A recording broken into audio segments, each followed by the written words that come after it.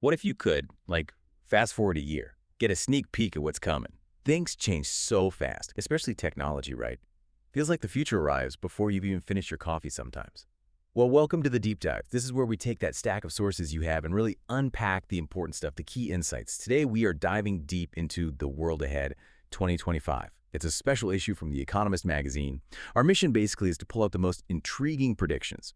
We're looking especially at technology, science, and the global economy for the year ahead. Think of it as your shortcut to knowing what's likely on the horizon. Now, these articles came out late 2024, so they offer this really fascinating glimpse into what the experts were thinking about 2025 across, well, pretty much everywhere. Okay, let's get into this. I'm really curious about what 2025 might hold.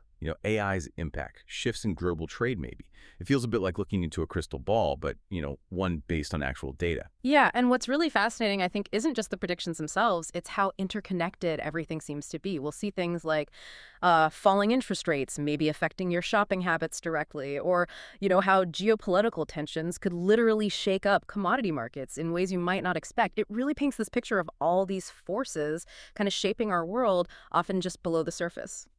Okay, let's start with the big picture then, the economic landscape. Yeah. The overall forecast for 2025, it's pretty modest world GDP growth, just 2.5%. That sounds, well, steady, I guess, not spectacular. But what's the real story behind that number? Does it hide something more complex? Oh, it absolutely does. Yeah, 2.5% global growth sounds simple, but the real insight here is the huge regional differences at masks. You've got Europe strengthening apparently, but then emerging markets might stay pretty flat. They seem to be struggling with this mix of trade barriers, climate change hitting them, and technological hurdles too. So it's not just slow growth everywhere. It's more like a multi-speed world economy emerging. One bright spot, though, across this varied picture is lower inflation that's predicted.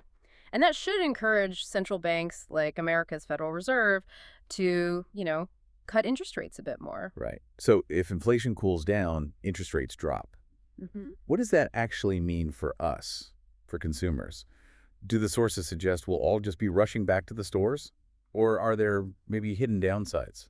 Well, that's a really important point. Lower rates should encourage spending, yes. But the articles also flagged that, high interest rates we've already had, plus existing credit card debt, Yeah. that's still going to hold some people back, especially on discretionary spending. We might even see some store networks like Family Dollar apparently shrink because of it. Okay.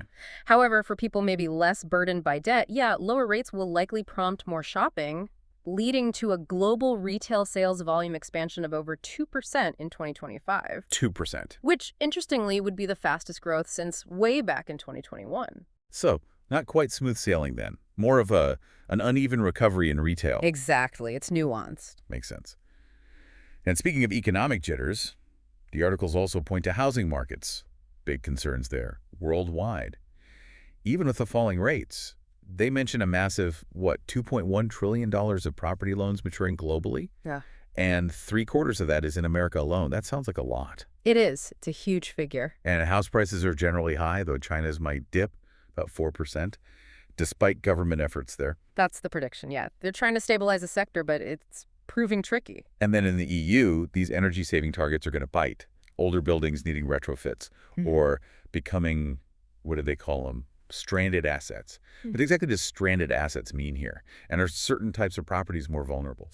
Right, stranded assets. In this context, it's basically properties that lose a lot of value because they don't meet the new environmental or energy standards. They become really expensive or just difficult to sell or rent out. So yeah, it points to a very complex year for global real estate. The sources don't drill down massively into specifics beyond, China's dip and Europe's retrofit challenge, but just the sheer volume of those maturing loans, especially in the US, it suggests a widespread tightening. Maybe commercial properties, particularly those with heavy leverage, could face the biggest crunch. Okay, so from bricks and mortar, let's shift to digital money. This is where 2025 seems really fascinating. Yeah. The sources say cash is, well, definitely not king anymore. By 2025, we're looking at maybe 2 billion credit cards globally, but only 3 million cash machines. That's quite a ratio. It really is stark, isn't it? And the lines between old school banks and fintechs, they're blurring even more. New digital banks popping up in the Philippines, Spain's BBVA launching one in Germany. Yeah, the landscape's changing fast. And Brazil's pushing ahead with its own central bank digital currency dregs. The EU's deciding on a digital euro. But here's the kicker. Despite all this digital buzz, the U.S. dollar is still projected to stay dominant. It's kind of defying China's efforts to boost the yuan internationally. Why is that? Why is the dollar's grip so strong amidst all this change? Well, that's a great question. And it's not just inertia, I think. It really speaks to the power of trust, liquidity, and just the established financial plumbing of the world. Even these groundbreaking digital shifts, they struggle against these deeply embedded global systems where the dollar is just, well, it's the default It's default, right? for trade, for debt, for reserves. So, yeah, digital currencies are rising, definitely. But initially, it looks like they're carving out niches, not really displacing the main pillars of the financial order, at least not in 2025. Interesting. Okay, so that discussion about digital money leads us nicely into the wider tech landscape. How deep is tech, especially AI, going to embed itself next year? The sources talk about a craze for artificial intelligence, driving IT spending up 8% for $3.6 trillion. Trillion, yeah. It's staggering. And about 30% of large American firms are expected to invest $10 million or more in AI. That's a big jump from 16% in 2024. Huge jump. And for us consumers, Apple's bringing its AI tools, Apple Intelligence, to more iPhones. So that's a lot of money, a lot of integration. But Yeah. is all this investment actually paying off? Is it working? Well, that is the multi-trillion-dollar question, isn't it? And there's a really arresting insight here from Gartner, the consultancy firm. They predict that a full 30% of generative AI projects, they won't even pass the proof of concept stage. 30%. Wow. Why? Mostly due to daunting costs and just uncertain benefits. Yeah. It suggests this current AI craze. It's not just about spending money. It's really a critical test of whether it's practical, whether it actually delivers value. So a lot of the hype might be premature. That's what it implies, yeah. Yeah. Real, tangible ROI might be further down the road than many people think. Meanwhile, regulators are definitely circling. Parts of the EU's AI Act are coming into effect. The African Union is trying to hammer out a common AI strategy, too. So the governance aspect is catching up. Right. And beyond the software side, chip-making rivalries seem set to really heat up. NVIDIA defending its turf against competitors like ARM and Google. Exactly. Big players vying for position. And governments are getting heavily involved trying to attract chip manufacturing, right, to protect supply chains. We see TSMC from Taiwan hoping to open its first U.S. plant, Micron making chips in India. Yeah, it's becoming a major geopolitical issue, securing chip supply. And on a totally different tech front, 2025 is the UN's International Year of Quantum Science and Technology. Quantum computers. They could be millions of times faster, theoretically. But the article suggests, it's a slow path to actually using them widely. It absolutely is. It's a good reminder, Even the most revolutionary tech takes time. Quantum's pushing boundaries, no doubt, but technical hurdles, the infrastructure needed, it's immense. It's a long runway. Okay. And thinking about our daily digital lives, 5G subscriptions are set to surge, over 25% growth, reaching 2.8 billion globally. Yeah. And 5G phones making up 3/4 of smartphone sales. But it's worth noting, coverage is still patchy, isn't it? Especially in places like Africa. Very patchy in some regions, yeah. The rollout hasn't been uniform at all. And our international connectivity, all those subsea cables, they're facing risks from conflicts. They are, yeah. It's prompted governments like France and Vietnam to actually invest in securing those links. It's critical infrastructure. And looking up maybe satellite internet, companies like OneWeb, Starlink, could they help? They could offer more options, definitely, provided governments sort out the spectrum allocation in time. That's always the bottleneck. Right. This makes me wonder, how do all these fast-moving tech trends connect with, the big environmental goals, the green shift? Is technology helping that shift or maybe hindering it in some ways? That's a crucial connection to make. And it's a mixed bag, honestly. Governments are pushing these big green schemes. Renewable electricity will surge. Wind and solar are expected to deliver about 1/6 of all electricity. Okay, 1/6. And we'll see examples like that huge solar farm in Gujarat, India, supplying like 4% of the country's power. Zambia building solar mini-grids. Texas getting its first geothermal plant online. Right. And nuclear's part of the mix, too. China, India, South Korea, Turkey. They're switching on new reactors. Global total hitting 447. Okay, so lots of green activity, but what's the however? The however is, well, if you connect it to the bigger picture, despite that surge in renewables, fossil fuels are still predicted to supply over 4/5 of global energy needs in 2025. 4/5 still, wow. Yeah, and overall energy consumption is set to rise to a record level, 14.5 trillion tons of oil equivalent. Carbon emissions predicted to be 1.7 times what they were back in 1990. That's quite sobering, isn't it? Despite all the green targets, the breakthroughs. It really highlights the sheer scale of the challenge. It's enormous. It's not just adding new stuff, it's shifting this massive existing system. Okay, what about transport? Electric vehicles, EVs, they're a bright spot for car makers, right? Sales up by a quarter. Yep, a definite bright spot. China is expected to generate half the world's EV sales, companies like BYD expanding globally. But if there's such a bright spot, why are people still hesitant? What holds buyers back, pushing them to plugless models? Well, the sources really point to two main things: range anxiety and high prices. Still. Still the key deterrents, yeah. The tech's getting better fast, but charging infrastructure isn't always there, everywhere. And the upfront cost is still a barrier for lots of people. Makes sense. Efforts to cut emissions do continue, though. Norway's aiming for all new cars to be emission-free by 2025. That's ambitious. Fair. And cities like Stockholm bringing in zero-emission zones. But complicating things, you've got higher tariffs, local content rules for China's EVs that makes green car plans trickier. Right. And it's not just cars. Shipping, aviation, they're facing green pressure, too. The EU's emissions trading system starts covering shippers more from 2025, airlines pledging cuts. It's a complex transition, lots of innovation, but significant hurdles too. More evolution than sudden revolution. It's fascinating, though, how this green push is literally changing the price of the ground beneath our feet. Environmental goals stimulating massive infrastructure spending. What, nearly $28 trillion? A quarter of global GDP. Yeah, the numbers are huge. Huge investment in green infrastructure, digital networks, especially in Europe and China. But does this surge in demand for metals, for batteries, cables, everything, does that carry risks too?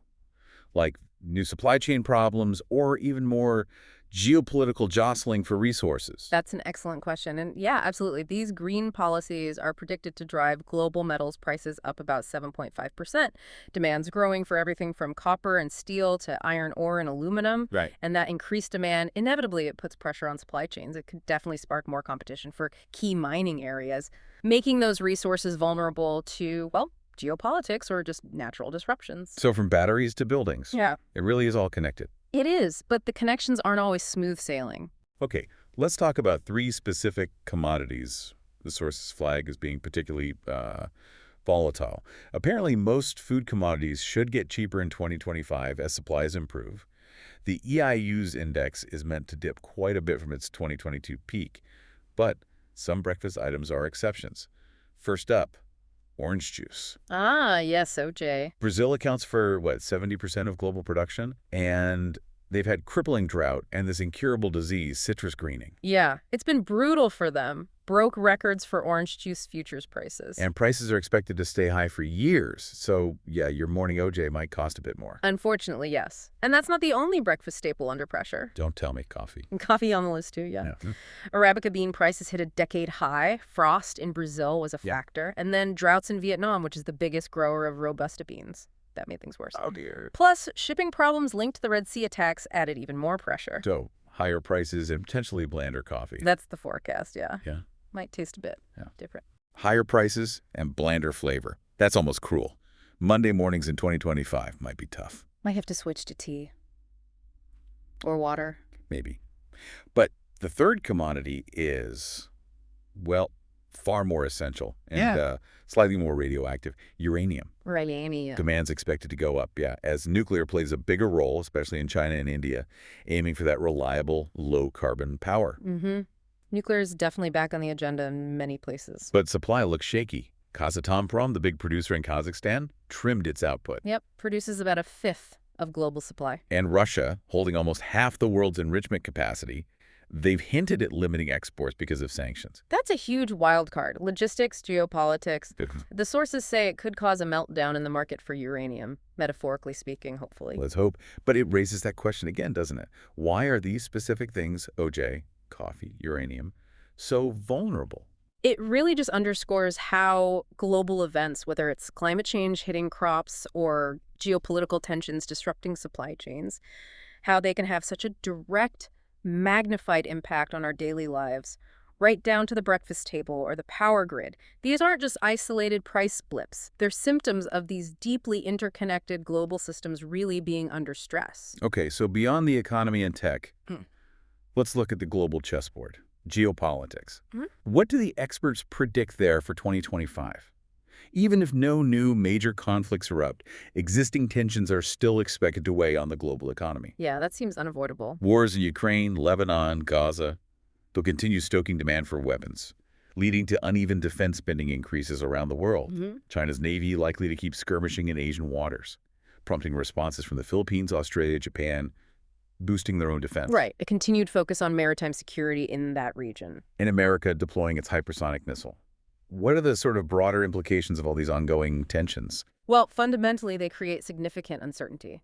That's bad for investment, bad for trade. Resources get diverted to defense that could maybe be used elsewhere for economic development or social programs. And the increased defense spending itself, while it might boost certain industries, it signals a more volatile, less predictable world. Stability just can't be taken for granted. Right. Okay, and finally, let's touch on U.S. policy and its global impact, especially regarding tech leadership. The articles mention how a new U.S. administration could affect things.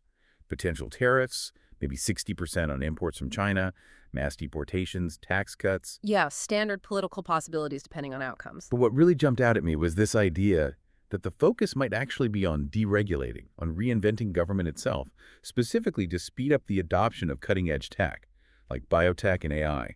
It feels like an unexpected connection, doesn't it? Government reform being key to leading in radical new technologies. It really is an interesting angle. And if you connect it to the bigger picture, the sources strongly suggest this.